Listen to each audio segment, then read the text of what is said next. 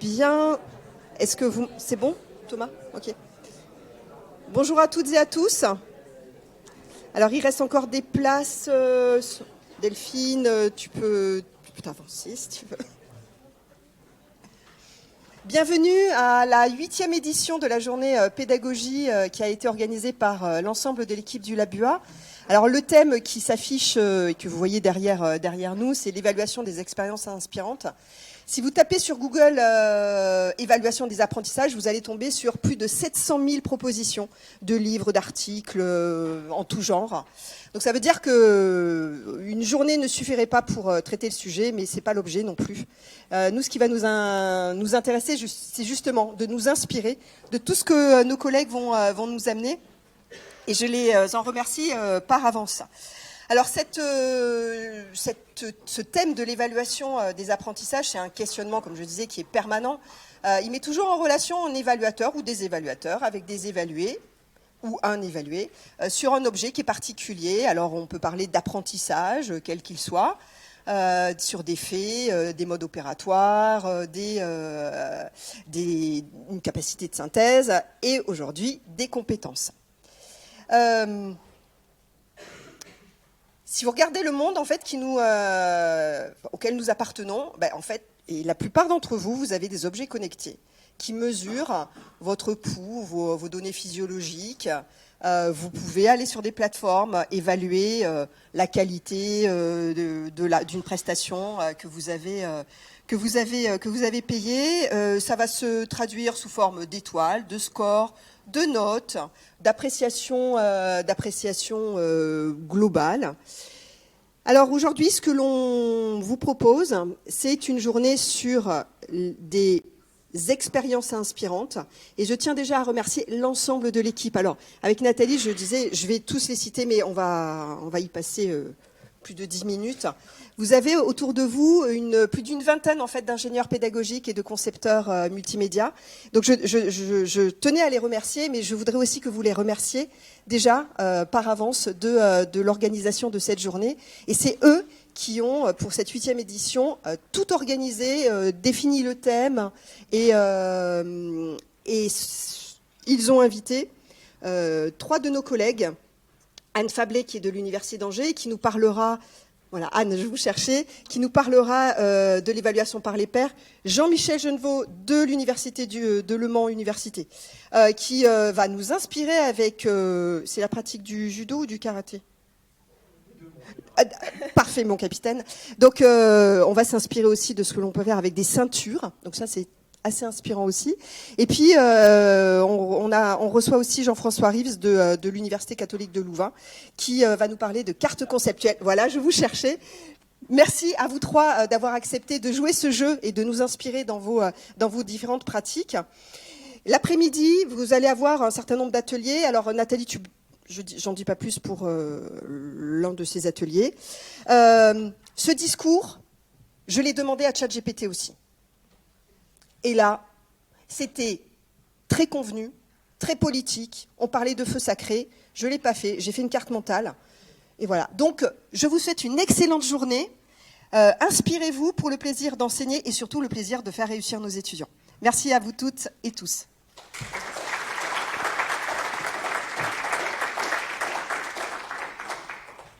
Il me reste un petit peu de temps, je vais être plus rapide parce que on est un petit peu en retard.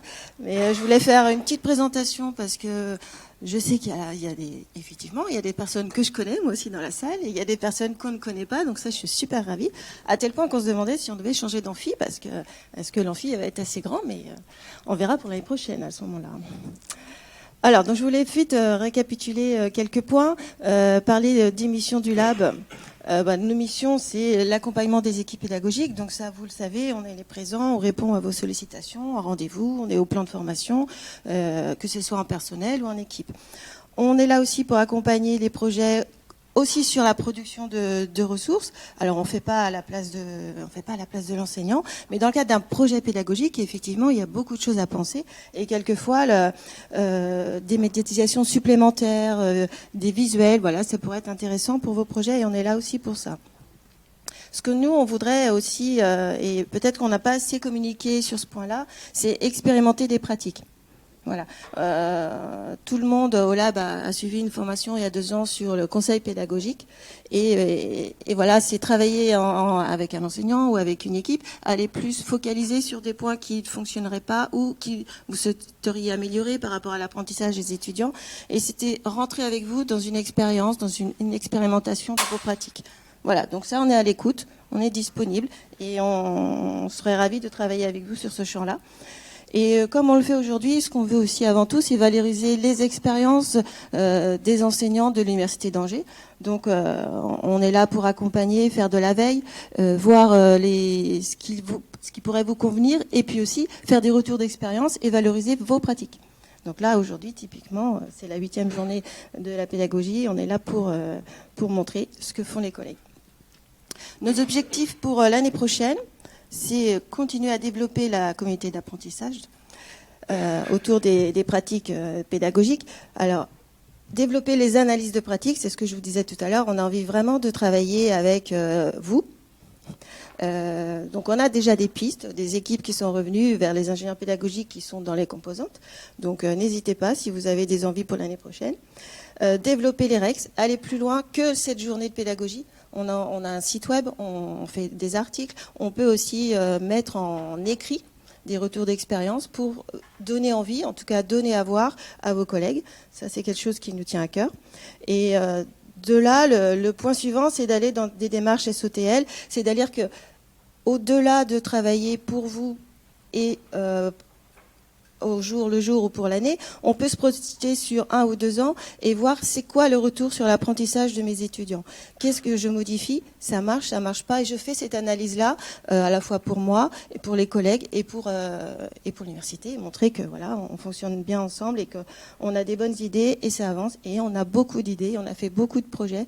Et justement, pour la fin de l'année, on voudrait communiquer sur l'ensemble des projets qui ont été faits depuis 2015. Et on ne communique pas assez dans les colloques et à l'extérieur, ça c'est sûr. Alors vite fait, comment on travaille? Parce que vous entendez souvent le Labua, le jeudi, c'est tout le monde au Labua, effectivement. Les journées du jeudi, on essaye de se regrouper parce que les ingénieurs pédagogiques sont soit dans les composantes, soit dans des projets liés à des directions ou dans d'autres services, des services communs. Donc ils ne sont pas là toute la semaine ensemble, ils ne sont pas tous ensemble. Le jeudi, on se regroupe, puisque en interne, au-delà de chacun des projets, en interne, on a mis en place des groupes de travail. Donc des groupes de travail qui nous permettent de réfléchir et d'avancer sur l'accessibilité avec Julie, tout ce qui est communication à la fois pour nous, le lab, et ça s'organise aussi avec la DIRCOM. Donc ça, c'est Thomas qui est référent. On a un groupe événements, donc tout au long de l'année, on vous présente des ateliers, des événements supplémentaires à cette journée pédagogie, en plus des formations. Donc là, on a un petit groupe de travail aussi qui réfléchit à ça et qui tous les ans vous propose des choses. Alors les événements, vous savez, il y en a qui sont maintenant totalement à distance. Depuis la Covid, on a changé aussi nos pratiques. Donc certains événements sont totalement à distance sur une période restreinte et d'autres sont en présentiel sur des rendez-vous dans l'année. Le GT Formation, alors j'ai pas cité les noms, donc l'année prochaine, ce sera Marie et Sandra qui auront la responsabilité de ce groupe-là. Le GT Formation, on est au plan de formation, on a nos formations annuelles, et puis l'année prochaine, on va retravailler aussi un parcours de formation qu'on proposera pour la rentrée des maîtres de conférences en septembre 2024. Donc là, c'est Lucie et Aurore qui vont prendre la responsabilité de ce groupe-là. On a un GT Veille, c'est Alexis qui est responsable de ce groupe et qui... Alors, je vais vous le dire après, ça, je vais trop vite. Et on a un GT Cohésion, parce que quand même, on aime bien travailler bien ensemble. Et le GT Cohésion, c'est tout ce qui est after work. Voilà. Et là, c'est Tristan qui a l'honneur d'être référent de ce groupe de travail. Dans chaque groupe de travail, il y a entre 5 et 6 personnes. Et donc, le rôle du référent, c'est d'organiser, bien sûr, les rendez-vous, les thématiques, et puis prendre les décisions quand, des fois, il faut choisir. Alors, les nouveautés, comment on travaille et les nouveautés de cette année, c'est que, voilà, cette année, on s'est dit, on a beaucoup de groupes de travail, on peut faire plein de choses, mais comment donner cohérence à tout ça? Donc, il faut un fil rouge. Voilà, on s'est dit, on va prendre un fil rouge, le groupe GT événements et le groupe Veille vont travailler sur le même fil rouge, et ça donnera à voir tout au long de l'année des choses on va faire évoluer.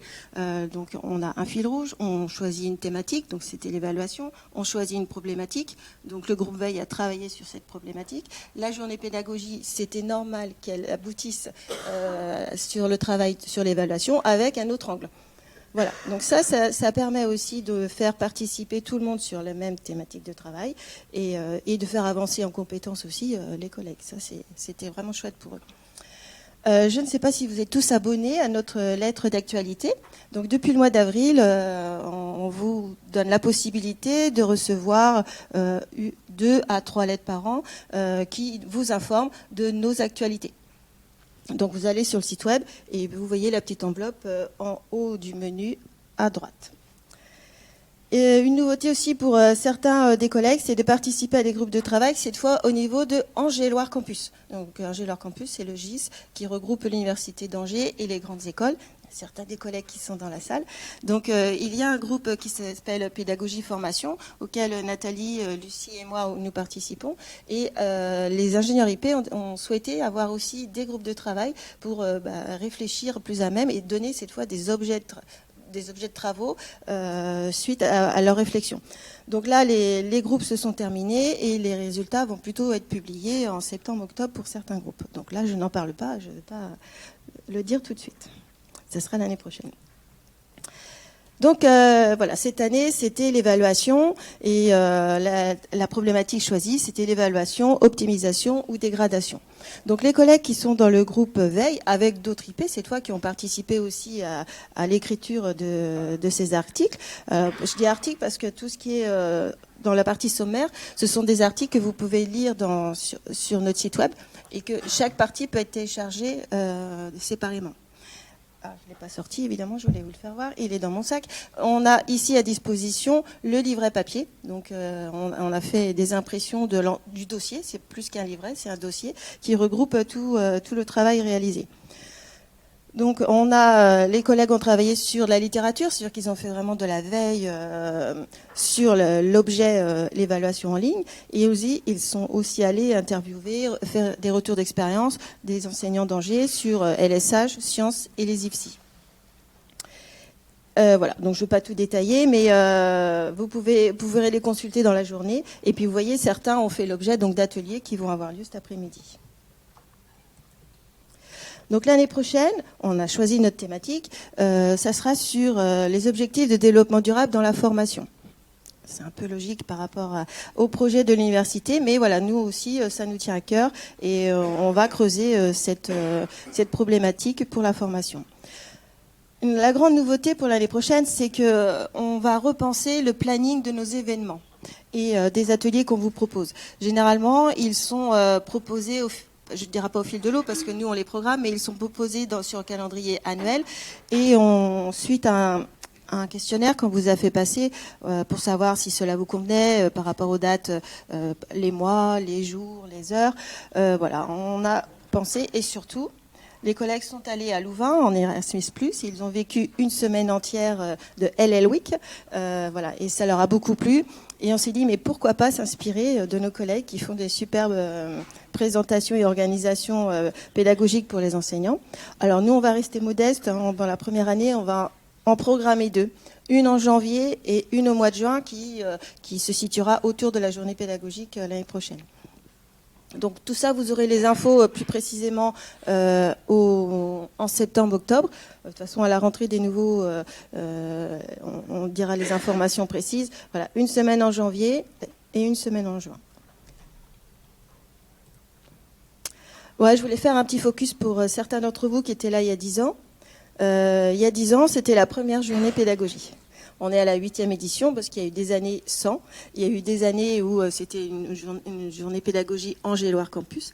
Mais voilà, on a commencé il y a 10 ans. Donc, pas un grand passement de cœur, mais quand même, c'était impressionnant de faire la première journée pédagogie. On était beaucoup moins nombreux, on était 4. Voilà. En bas, vous connaissez les petits personnages. Et voilà. Donc, le programme, c'était Uniciel. Je suis toujours VP Uniciel. On peut toujours travailler avec Uniciel. Et j'aimerais bien que le secrétaire général d'Uniciel revienne l'année prochaine, Philippe. On pourrait faire une journée spécialement sciences avec Uniciel. C'était les formations hybrides à distance. C'est toujours d'actualité. C'était le test de positionnement en L1 Sciences. Super projet qui est devenu Bienvenue UA. Et vraiment un beau projet pour la fac de sciences Bienvenue UA. Et donc les boîtiers électroniques de vote en amphi. Donc là, Anne-Sophie, elle se rappelle, hein, il fallait recharger les piles et des boîtiers. Maintenant, les étudiants, ils utilisent leur smartphone. L'auto-évaluation en ligne Moodle. Donc la Moodle, on fait d'autant plus de choses avec cet outil qu'auparavant. Les droits d'auteur, on avait commencé à parler dessus. Le e-portfolio, qui est venu à l'UA, qui est parti, qui va sûrement revenir. Donc, voilà. Et Numériland, qui a évolué grâce aux appels à projets et qui est devenu Lansad. Voilà. Donc, là, vous reconnaissez. Hein, je sais pas, il est dans la salle. Vous chercherez qui c'est. Moi aussi, je voudrais dire un grand merci aux collègues. C'est toujours un plaisir de travailler avec eux. Voilà, on a une super ambiance de travail, toujours des idées. Ils m'étonnent. Moi, honnêtement, tout le travail de la journée, c'est Lucie qui a super bien dirigé les choses, qui a son équipe, bien sûr. Mais c'est tout le monde aussi qui participe et qui aide tout le temps. Donc ça, c'est top. Et un grand merci à Manon. Alors Manon, tu fais lever la main. Donc Manon, c'est Manon Alain. Donc elle était en stage chez nous pendant un mois. Elle est sur le master les éditions, voilà. Et donc elle est venue faire un stage sur le graphisme et elle a beaucoup participé à tout la création des documents que vous avez dans les mains aujourd'hui. Merci Manon. Et puis moi aussi, j'ai un grand merci à dire à Nathalie, parce qu'on travaille super bien ensemble depuis maintenant presque 10 ans aussi, hein, donc merci beaucoup. Et on passe aussi de bons moments professionnels, mais amicaux.